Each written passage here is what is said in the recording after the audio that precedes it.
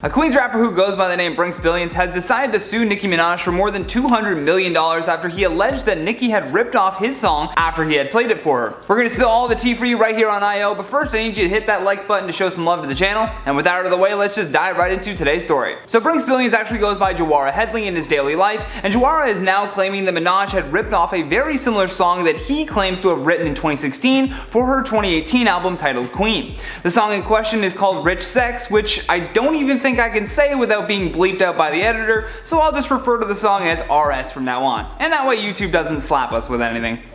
Now let's move on. In documents obtained by TMZ, Brinx is claiming that Minaj even told him that the song was extremely marketable with the potential of becoming a global hit. Now Brinx considers himself to be a songwriter, an artist, a music producer, a composer, and a rapper, so I understand his frustration when a bigger artist just swoops in and takes everything that you've worked so hard for like it's nothing. I believe his entire intention with this lawsuit is to, first of all, get the money that he's owed, but it sounds more like he wants proper credit as well. Brinx insists that he is the sole author, creator, composer, writer, and producer of the song RS, although according to him he hasn't been properly credited on Nicki Minaj's Queen album for any of that. Also named in the lawsuit are 3 other record labels which include Universal Music Group, Young Money, and Cash Money Records. Brinx is also claiming that more than just credit is due, he also wants an apology for her specifically ripping off a line that says, "It ain't such a thing as broke and handsome," which true. Probably the worst part about watching Nicki Minaj take his song like that was that it was even used as the first promotional single for the release of her Queen album. Then it charted at number 24 on the US hip hop Billboard chart, and you even had Lil Wayne on the track. I mean, I'd be pulling my hair out. Brinx says that he has known Nicki since 2007 when they met on MySpace, but he's still upset that she would just rip off his lyrics like that. In addition to that, he's also claiming that the song has similar music, musical notes, musical arrangement, musical beats, and musical rhythm. So basically all of it. It's also important to note that Jawara is already credited as a writer on the RS song according to the American Society of Composers, Authors, and Publishers database. The wild part is that we can't even really give Nicki the benefit of the doubt on this one. In 2018, she was also sued for doing the exact same thing. In October of 2018, Tracy Chapman sued Minaj, claiming that Nicki's unreleased Nas collaboration called Sorry, which intertwines Tracy's 1988 song called Baby Can I Hold You, was used without her permission.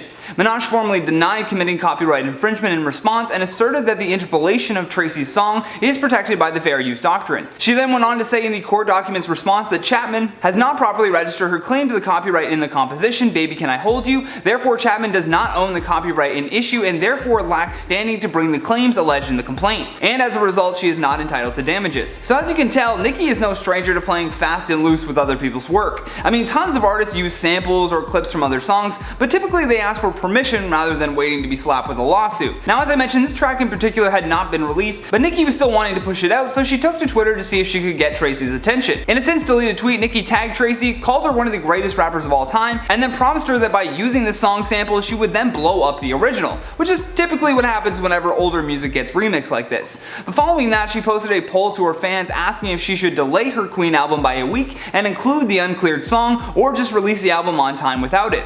In the tweet, 50.4% of people voted for keeping the record on the album, with Nicki captioning the poll as, "Since I may have asked it wrong, vote. You guys can only imagine how much this means to me. It's such a perfect body of work." Either way, I hope Brinx Billions gets some more money and credit for his work on that song. I mean, creating music is not easy, and to make it great you typically have to pour a lot of yourself into it. None of the record labels involved in this lawsuit have responded for comment, but we will keep our ears and eyes locked on this story as it develops to bring you further updates. With that though, let's check out some of your comments from the video titled "Employee Fired for Tampering with COVID Vaccine." Colby and Brennan says, "We don't have time for ruining hundreds of vaccines, there's not enough as there is." Yeah, I know a lot of states are doing I heard Florida, for example, is doing a first come, first serve basis, so we really can't be affording just throwing out 500 vials of vaccine. Not a good time. Sandeep Mandela says, "I'm getting flashbacks of 2020. Oh, I feel you, Sandeep. This is a perfect comment, by the way. I feel like we're going to see this comment a lot going through 2021. Savannah Anderson says, "The government treats us like a Sims game."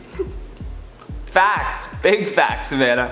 Big facts. Sad, but facts. Juliana Gonzalez says, "Regardless of why he did it, it was selfish of him to take away the opportunity for those who wanted to take the vaccine." Very true, couldn't have said it better myself, and hopefully the hospitals will do a better job of sussing out the imposters. I don't even know what I'm saying anymore. Splashwave says, "They should have revealed the name. Guy should be unemployed forever." Yeah, you know what? Let's let the investigation come to a complete close. The news loves to just jump on things right away. let's wait for this guy to either be arrested and then they'll release his name to the public. But I don't disagree with you though. That's all I have for you guys today. I've been your host, Johnny Rogers, and until next time, stay classy, YouTube.